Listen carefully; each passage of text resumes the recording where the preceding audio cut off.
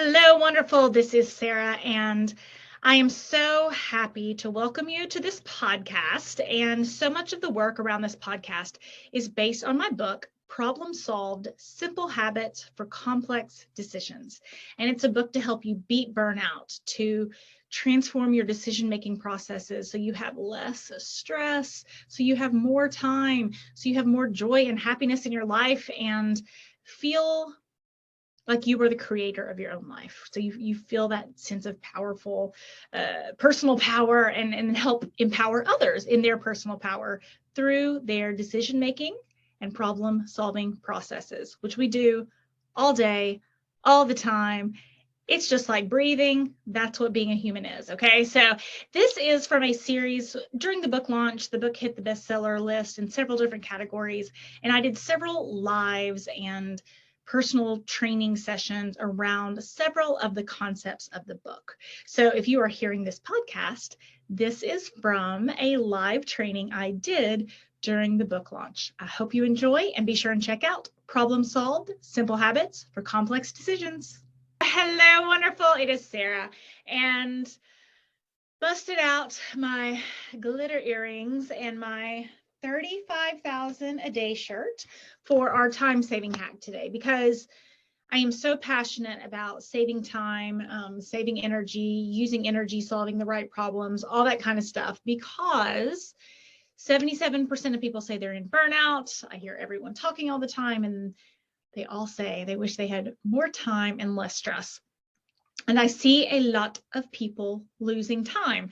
And when you look up time-saving hacks and all that kind of stuff, it's typically something along the lines of, like pack your lunch ahead, lay out your clothes before you wake up in the morning, right? And those are all fine, I guess. But here's the thing. We make 35,000 decisions a day. You had no framework for decision making, okay? And life is a series of decisions. 35,000 decisions a day, no training or framework for decision making. And life is a series of decisions.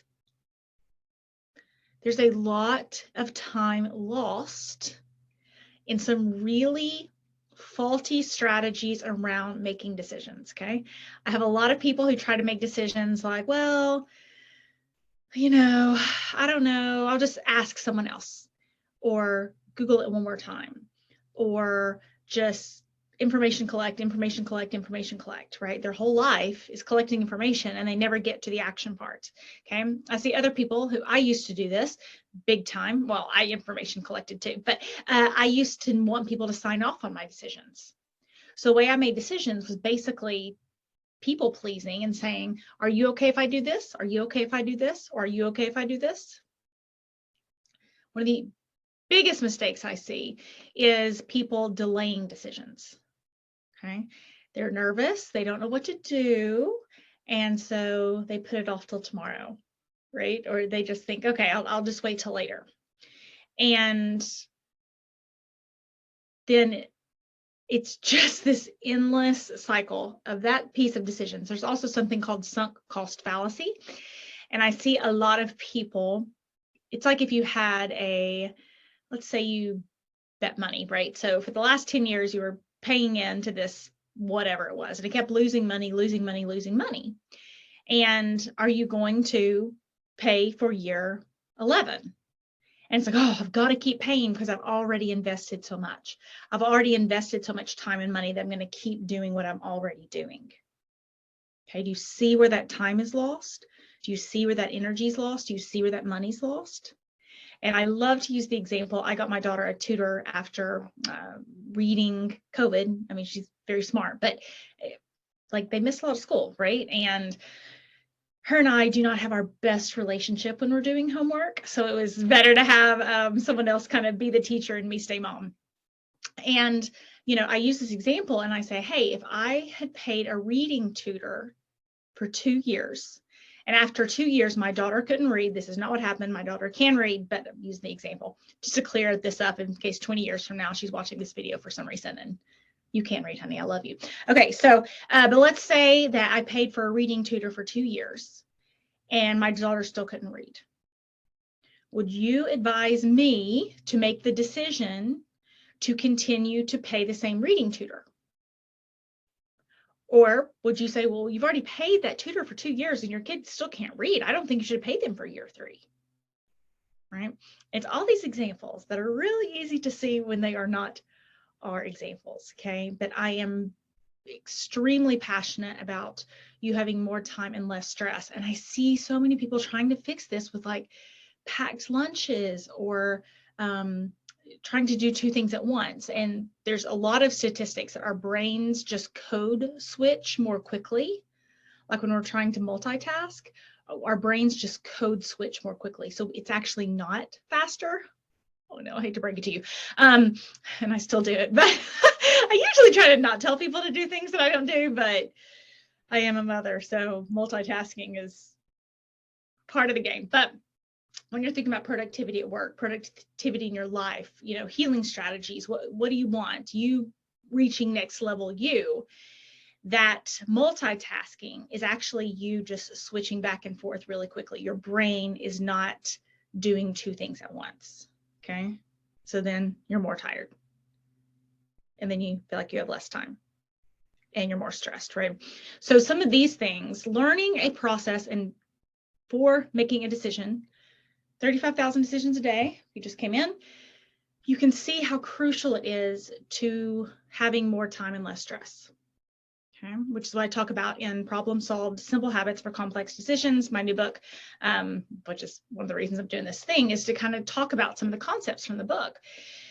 When I wrote my first book, Becoming Toxic Person Proof, it was so different because the people who were reading my book were pretty clear that there was like something wrong in their life. There had been a family member or partner or coworker or somebody who had done them wrong or hurt them somehow. And so there wasn't this back and forth of like, do I need to, become toxic person proof? It was kind of like, yeah, they already knew they needed it.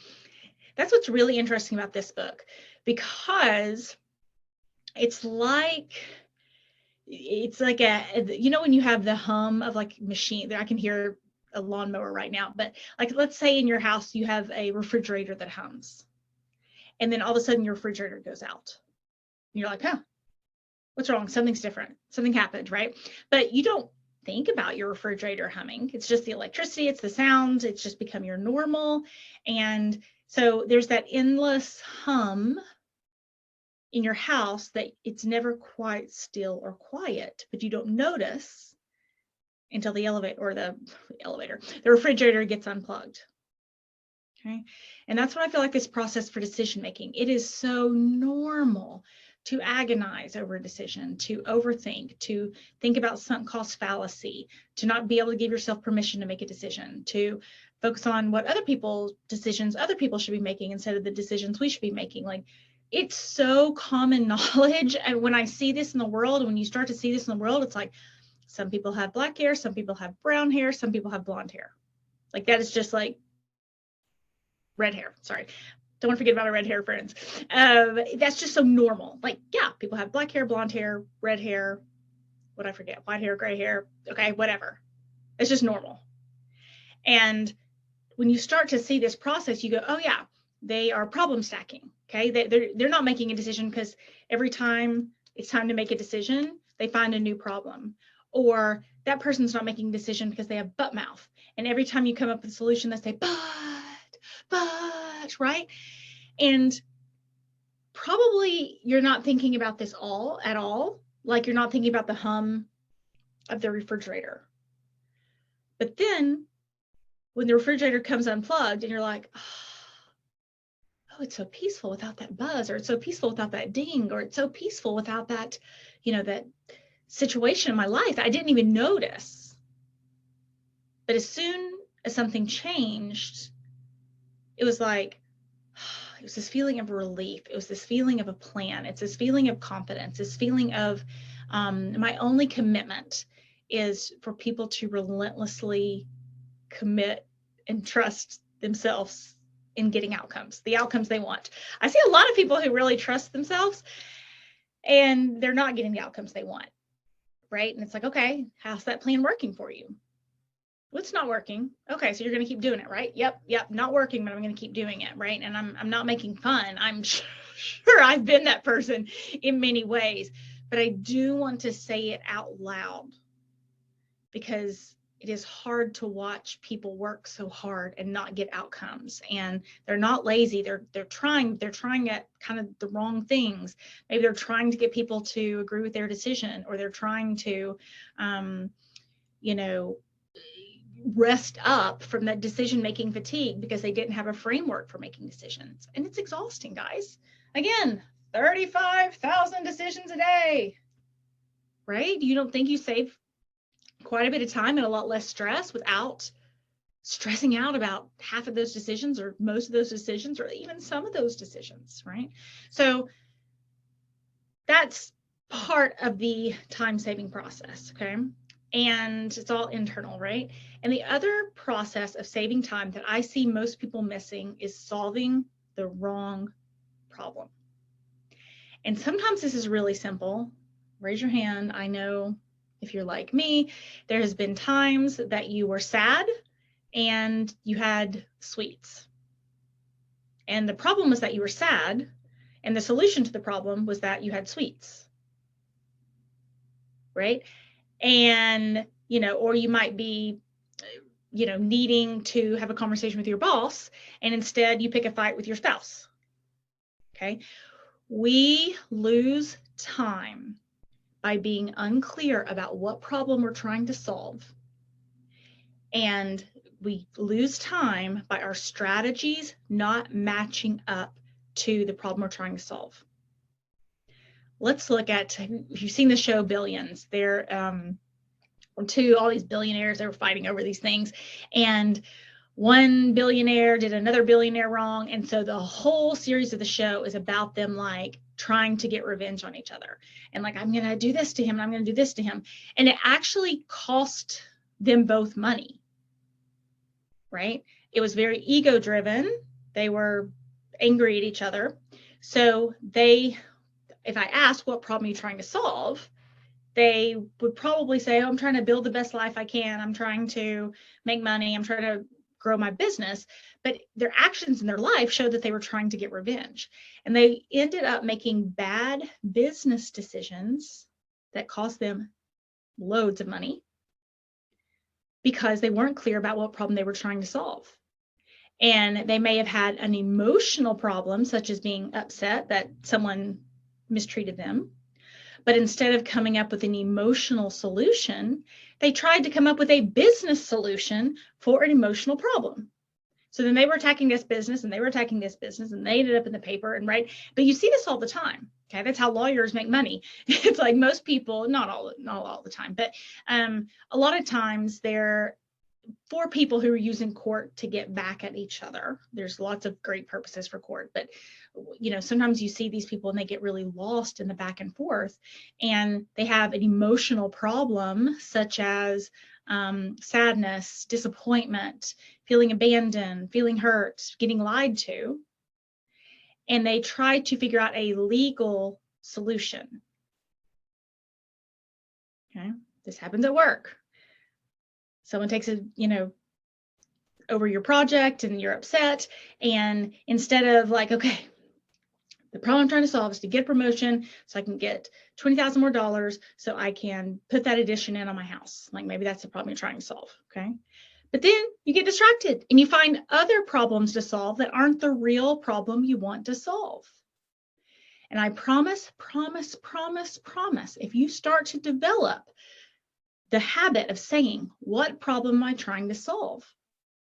And if you don't know offhand, the second or third chapter, I can't remember, is all about the 7-level problem solving. Okay, so 7-level problem solving, super easy, 5-minute process, 10-minute process. You could be waiting for them to deliver your groceries, finish cooking your pizza, your kid's baseball game to finish up, or not the game, you'd want to watch that, but their baseball practice to finish up. And you're just kind of, okay, what problem am I trying to solve? I want to get back at that person at work. They were mean to me. What problem are you really trying to solve? Okay, I really want to be seen as an expert at work. Okay, what problem are you really trying to solve? Okay, I want this job to work out because this is They have a really great retirement package, and this is the place I want to retire from. What problem are you really trying to solve? I want to get a promotion because they have a higher retirement package. Like, do you see, like within 4 questions, you can do all 7, but even within 4 questions, you got your vision and your clarity off that person did this and onto your goals, onto solutions that you can control. It's a new habit, but it is a lot less work than what is currently happening. This is especially crucial if you have, there's a whole chapter in Problem Solved, Simple Habits for Complex Decisions. There's a whole chapter about around the house problem solving. And within around the house problem solving, you have like a difficult person and they try to get you to solve the wrong problem, right? Because they want you to interact with them and entertain them and give them emotional drama and all that kind of stuff, right? So the more clarity you have around what problem am I trying to solve? And guys, don't change the question. There are many things you can like change and adapt and advance and making your own wording. Don't do that one, right? If you need a softener in front of it, like, may I ask what problem you're trying to solve? Totally fine. You can put a softener in front, but what problem are you trying to solve?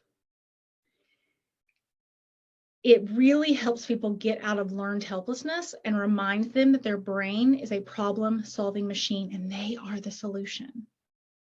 And it's empowering and it's kind and it's kind of almost this like, I believe in you without having to say I believe in you. So whether or not you're saying it in the mirror and saying, Sarah, I believe in you. What problem are you trying to solve? Or you're saying it to your at a coworker situation, you say, hey, may I ask, what problem are you trying to solve? It's kind, it's respectful, and it digs into clarity to help you save time. Make sure you're not solving the wrong problem. Okay, if you solve the wrong problem, you're going to end up with the wrong life, not what you want. Okay, so I hope this helped. There's so many time-saving hacks throughout the book. I mean, I'll have to do another training on it. And there's so, the book could be a time management book, even though it's on decision making and problem solving. But when you make, I'm going to be annoying about this, but I love my shirts, right? I'm going to do a little thing and see which one people's favorite shirts are. But when you're making 35,000 decisions a day and you weren't taught a framework for making decisions in schools, and you have to make decisions at work, decisions at home, and you've not been taught a system for making decisions, and you're not sure about what problem you're trying to solve, so you don't know how to make a decision because, well, what problem am I trying to solve? Do I want to solve the problem of just treating myself and having ice cream tonight? Or I want to solve the problem of fitting into those pants that I want to fit into, and I'm going to eat a salad tonight, right? Like it can work with all these weird kinds of things that you wouldn't normally think, just becomes a habit. What problem am I trying to solve? What problem am I trying to solve? What problem am I trying to solve? And it will feel like less stress in your life because you will start to get forward momentum. Tonight, I'm going to do a lesson on indecision is a decision. And the main way I see people losing time, outsourcing decisions, doing the wobble over and over, right? And this could be time for you personally. This could be productivity for people at work who don't have a system for making decisions. It could be your child. You think, they're driving me crazy. They can't make a decision. There's so many ways this can be utilized. It's all outlined within the book.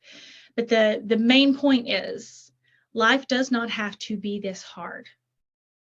If you are making 35,000 decisions a day and have no framework or process for making decisions, and you're burned out, or you're tired, or you feel frustrated, or you feel like you're not getting momentum in your life, give yourself a break. Give yourself some grace. We just weren't taught this stuff. And I have learned this through the School of Hard Knocks and just watching mainly people's, when I ask what they want and then I ask what they're doing to get what they want, are so misaligned.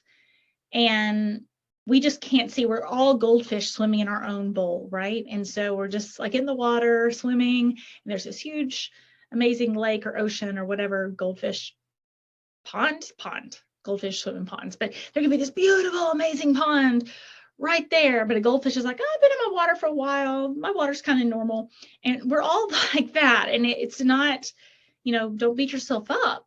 Just get a better plan. One of my favorite phrases is get past the past, get real about the present, and get serious about the future. And so if your process for decision making has been frustrating you somehow, get a new system for decision making. Or if you're somebody who feels like, decisions are super easy for me, but I have a lot of people in my life who struggle with it personally or professionally, and it's causing me stress and I'm losing time because they're not making appropriate decisions about their life. This is definitely in the workspace, right? It can be very frustrating. They can't get their work in on time. It's really important in this process of being respectful and being kind humans. It is very easy. Just like I said, may I ask, what problem are you trying to solve? Okay, is that your problem to solve or someone else's problem to solve? Okay, it sounds like there's like 4 or 5 problems there. Can I list back what I hear from you? 1, 2, 3, 4. Awesome. So if you had to come up with a solution from the 4 problems, where would you start? Bam, bam, bam, bam, bam. 3, 4 minute, 5 minute mini coaching session, leadership, whether you're a coach, whether you're a teacher, whether you are a CEO, whether, oh my gosh, lawyers. Whew, lawyers love this stuff, right? Because it's like, whoa, let's not solve an emotional problem with a legal problem or a legal problem with an emotional problem. Like that can really make lawyers' jobs hard. And I've heard the burnout involved with lawyers. So whatever you are in, it's a kind and respectful way to turn people's gaze and thought processes into solutions rather than frustrations. Okay, so check out more in my book, Problem Solved, Simple Habits for Complex Decisions. I think it's a bestseller in business and humor, personal development, business motivation, and some other stuff too. It's gone really well. And it was a bear to get out. It was just, it's meant to be in the world. And I'm like, great. Now, you guys learn from this now, because it was very hard personally to put out. So it is all worth it though. I am quite confident in the book's ability to change your professional life or personal life. And so check out Problem Solved, Simple Habits for Complex Decisions. Thanks so much.